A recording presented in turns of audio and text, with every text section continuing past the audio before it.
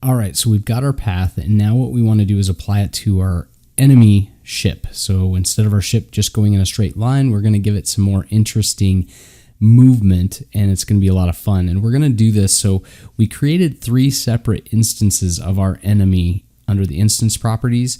And so when you go to your room, if you're not already there and you double click the room, you have to be clicked on instances here to see this. If you're clicked on background, you'll see something else in this room properties and you won't see the thing I'm looking for.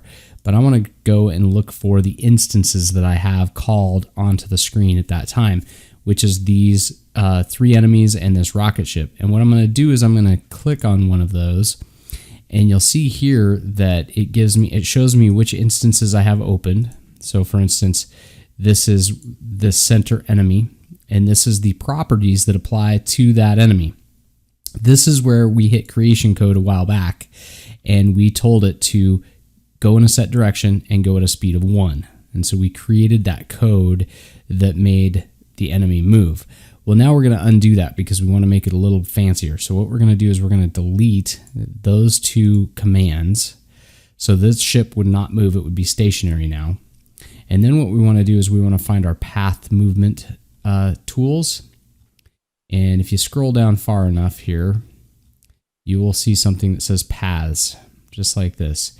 And this is where we have all of our different options for our paths. So we can start following a path, we can stop following a path. Really, there's a lot of really fun things you can do with paths, and you'll get into this with all your games. This is an important step.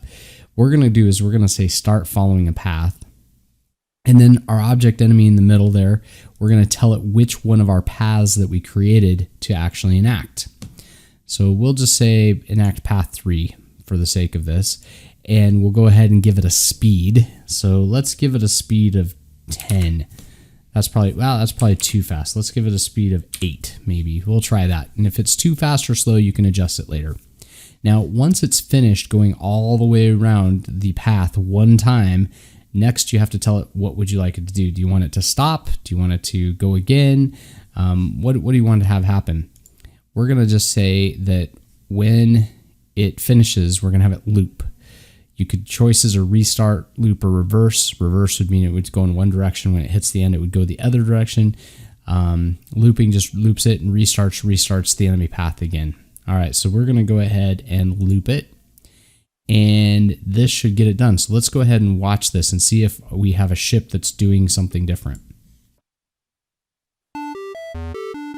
There it is. It's right there, moving around the screen, definitely following our path.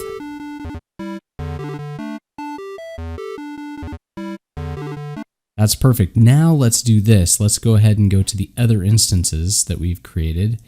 Do the same thing. Let's go ahead and find the path tool here again.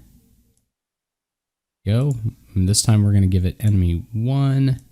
We're going to get, that was pretty fast. I'm going to go a speed of 6 on this one. Loop. Okay. And we'll do our last enemy. And by the way, your recently used will pop up here, so I'm just going to use that. Remember to delete your old commands. Put that in there, and we're going to use path enemy 3. We're going to do 6, and we're going to tell it to loop. I don't think I used the same one twice, did I? Let's see, enemy 1, enemy 2, and oh, I did use that one, so we'll change this one to enemy. All right, let's go ahead and play it and see what happens.